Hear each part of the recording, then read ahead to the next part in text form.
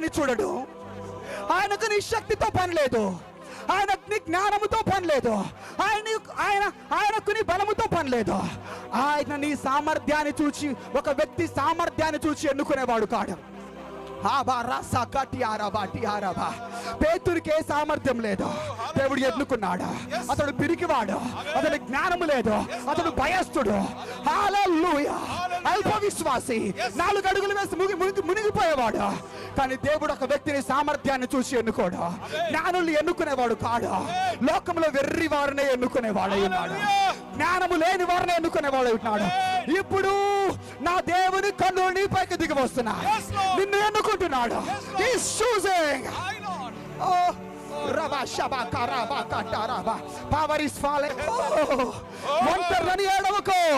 ప్రవక్తలు ఒంటరి వారే, ప్రవక్తలు ఒంటరి వారే, ఏలియా ఒంటరి వాడే, ఏలియా ఒంటరి వాడే, బాప్తిజం ఇచ్చి యోహాను ఒంటరి వాడే.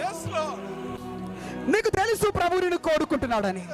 నీ అవిధేయత ద్వారా చాలా కోల్పోయావు, ఇప్పటి వరకు చాలా కోల్పోయావు, చాలా నష్టము చూశావు. నాకు పిలుపుని, కానీ నా సామర్థ్యాన్ని చూసి ఆగిపోయా, నా బలాన్ని చూసి ఆగిపోయా. హల్లెలూయా. Rise up Peter. సుంకపు మెట్టు దగ్గర కూర్చున్న మత్తయిని పిలిచినట్లుగా ఈ రోజున ప్రభుని పిలుస్తున్నాడు. Rise up Gideon, rise up, rise up Gideon, rise up.